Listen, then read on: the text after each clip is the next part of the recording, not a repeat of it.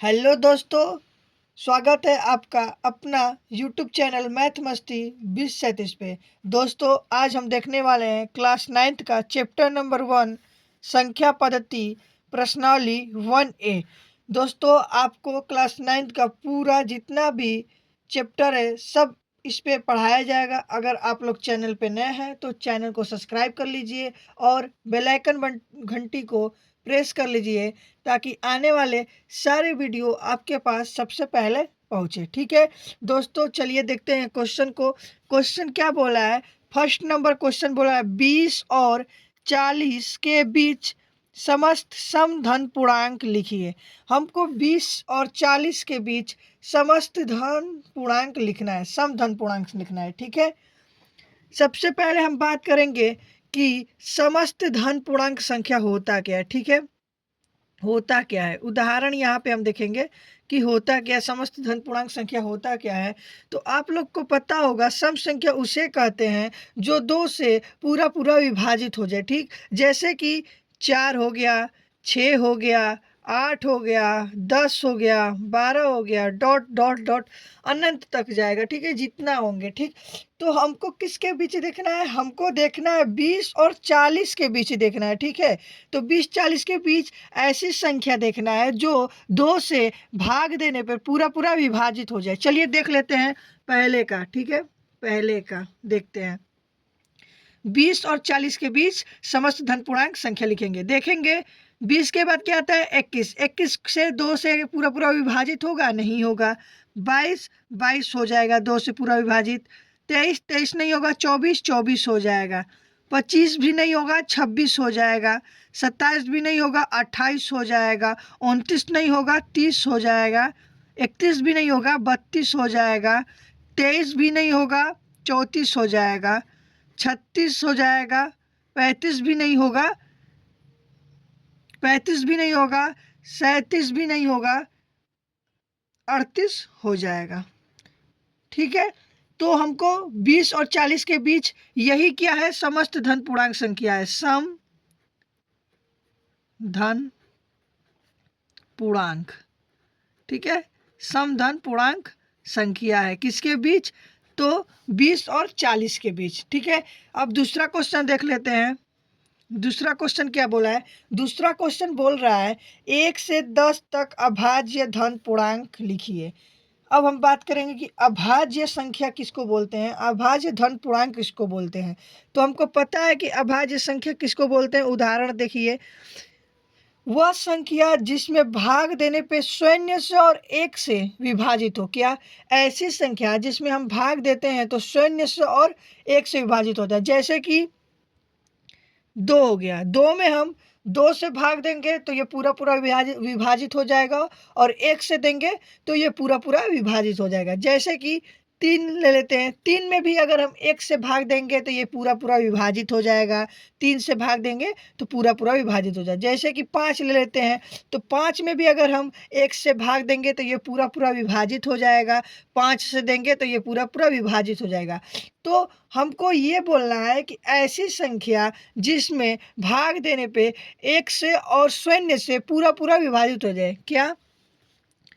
1 से शून्य से भाग,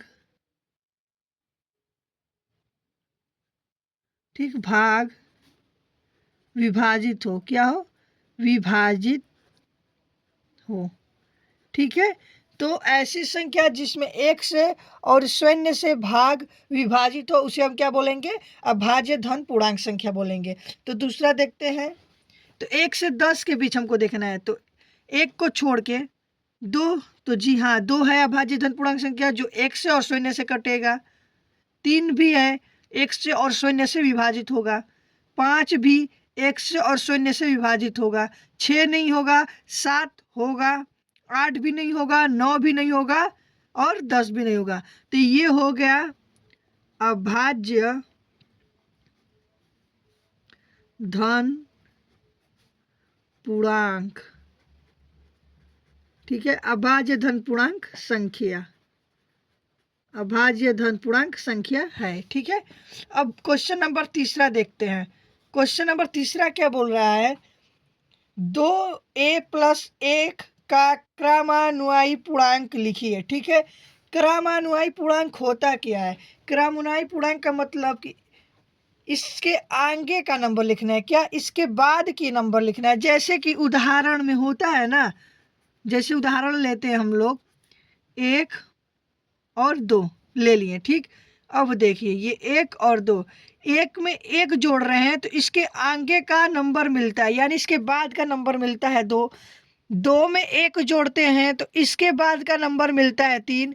ठीक है, जैसे यहाँ पे 3 है तो 3 में 1 जोड़ते हैं तो इसके बाद का नंबर मिलता है 4।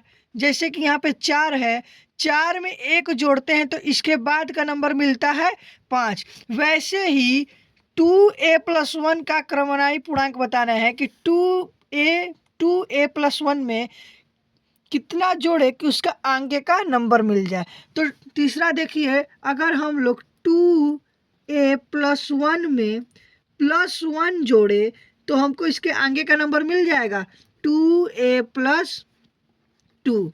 ये हो जाएगा क्रमानुआयी पूर्णांक। क्या हो जाएगा? क्रमानुआयी पूर्णांक। ये हो जाएगा क्रमानुआयी पूर्णांक, ये हो गया। ठीक है, वैसे ही अब आगे चलते हैं क्वेश्चन नंबर 4 पे।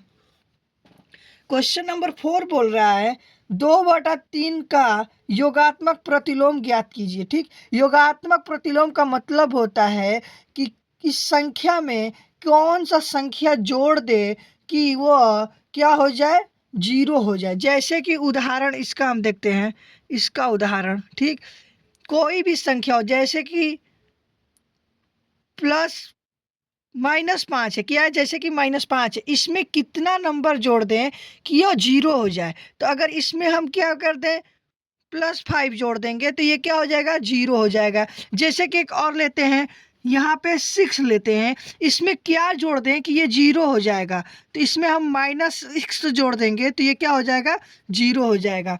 तो योगात्मक प्रतिलोम का मतलब होता है कि दी गई संख्या में कौन सी संख्या जोड़ दें कि वह 0 हो जाए। ठीक है, तो चौथा देख लेते हैं। बोला है 2/3 का योगात्मक प्रतिलोम ज्ञात कीजिए। तो 2/3 में क्या जोड़ दें कि 0 हो जाए। तो 2/3 में -2/3, क्या -2/3 जोड़ देंगे तो ये क्या हो जाएगा, 0 हो जाएगा। ठीक है, हो जाएगा ना 0। तो लिख देंगे 2/3 का योगात्मक प्रतिलोम, योगात्मक प्रतिलोम -2/3 है। क्या है, -2/3 है। ये बात पता चल गया। योगात्मक प्रतिलोम का मतलब कि उसमें क्या जोड़ दे कि वो 0 हो जाए। अब क्वेश्चन नंबर 5वां देखेंगे ऐसे ही हम लोग। क्वेश्चन नंबर 5वां क्या बोल रहा है? क्वेश्चन नंबर 5वां बोल रहा है -5 का गुणात्मक प्रतिलोम ज्ञात कीजिए। अब देखिए गुणात्मक प्रतिलोम क्या होता है, उदाहरण देखिए गुणात्मक प्रतिलोम का। ठीक, गुणात्मक प्रतिलोम वो होता है कि इसमें किस नंबर से या किस संख्या से गुणा कर दें कि यह क्या हो जाए, 1 बन जाए। जैसे कि एक उदाहरण लेते हैं, -3, -3 में कौन सी नंबर से गुणा कर दें कि यह 1 हो जाए। तो -3 में 1/-3 से गुणा करेंगे तो ये 3 से 3 कैंसिल हो जाएगा तो ये 1 बन जाएगा।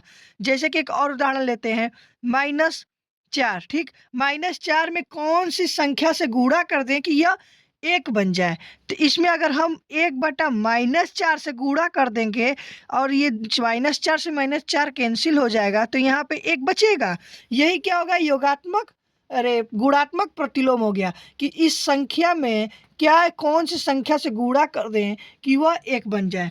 ठीक है, समझ गए होंगे आप लोग। चलिए देखते हैं, क्वेश्चन बोला है -5 का गुणात्मक प्रतिलोम क्या होगा। तो गुणात्मक प्रतिलोम क्या होता है कि -5 में कौन सी संख्या से गुणा करें कि -1 बन जाए। तो -5 में हम 1/-5 से गुणा करेंगे तो ये -5 से -5 कैंसिल हो जाएगा तो ये 1 हो जाएगा। तो लिख देंगे -5 का गुणात्मक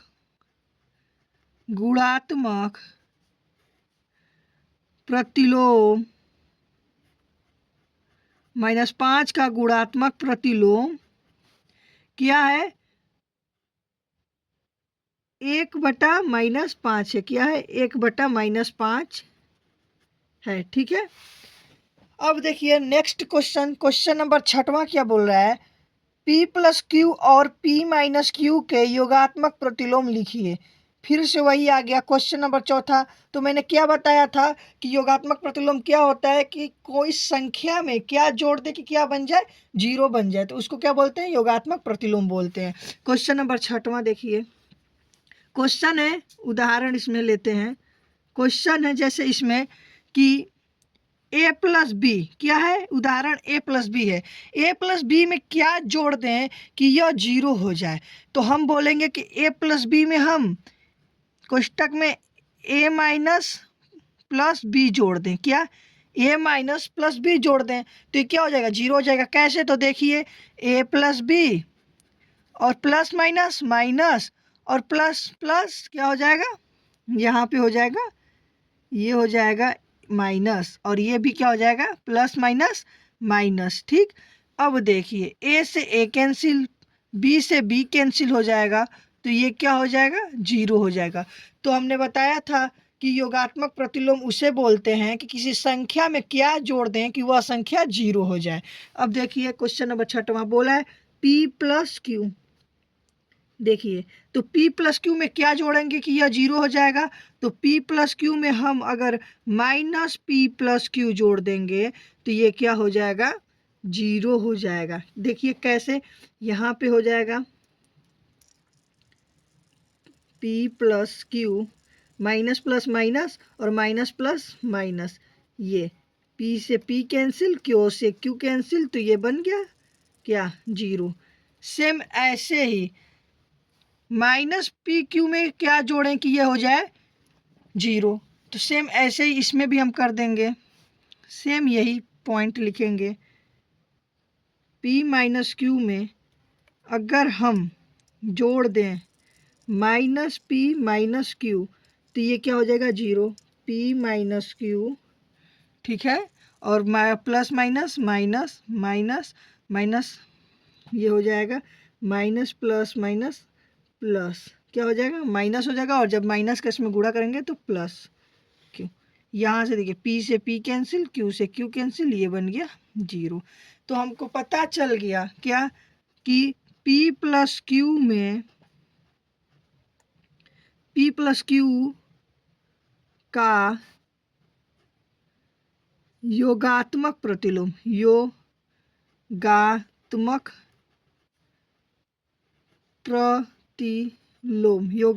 प्रतिलोम क्या है? योगात्मक प्रतिलोम -P+Q है। ठीक। और P-Q का योगात्मक प्रतिलोम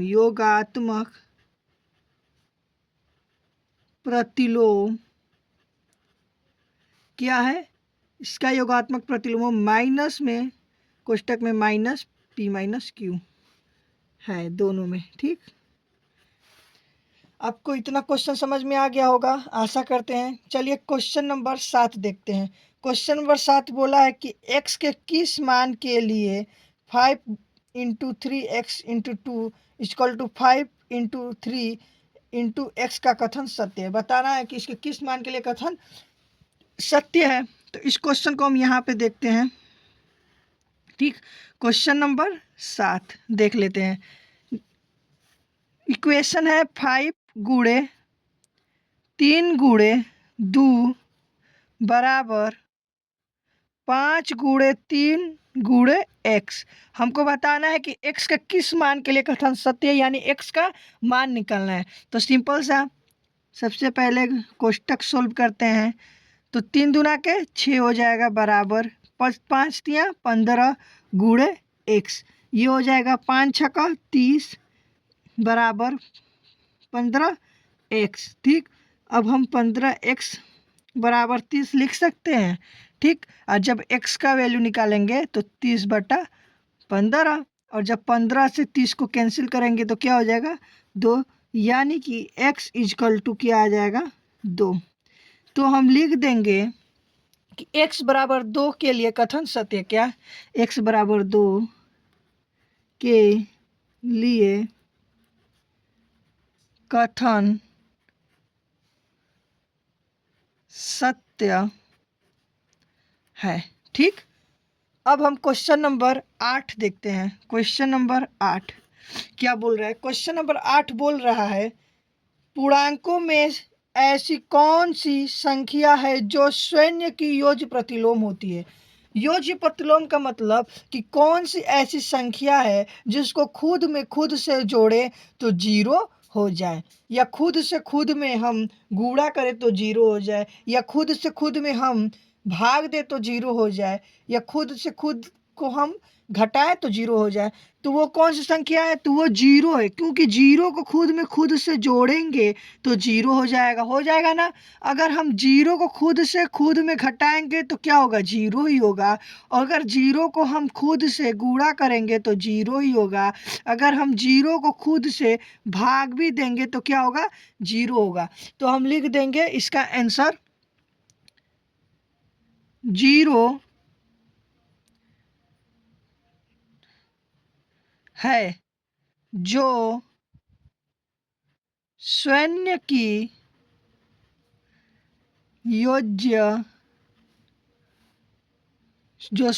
योज्य प्रतिलोम होती है। ठीक है, क्या है? जीरो है जो शून्य की योज्य प्रतिलोम होती है। दोस्तों, आप लोग को आशा करता हूँ सारे क्वेश्चन समझ में आए होंगे। अगर किसी भी क्वेश्चन में किसी भी प्रकार का डाउट हो तो कमेंट में ज़रूर बताइएगा। अगर आपको इसका नेक्स्ट वीडियो चाहिए तो पक्का मिलेगा, क्योंकि इसमें सिर्फ 8 ही क्वेश्चन बताए हैं। इसका और क्वेश्चन पार्ट 2 में बताएंगे। अगर आप लोग चैनल पे नए हैं तो चैनल को सब्सक्राइब कर लीजिए और बेल आइकन घंटी को प्रेस कर लीजिए ताकि आने वाले सारे वीडियो आपके पास सबसे पहले पहुंचे। तो दोस्तों, मिलते हैं अगले पार्ट में, पार्ट 2 में। ठीक है, थैंक यू दोस्तों।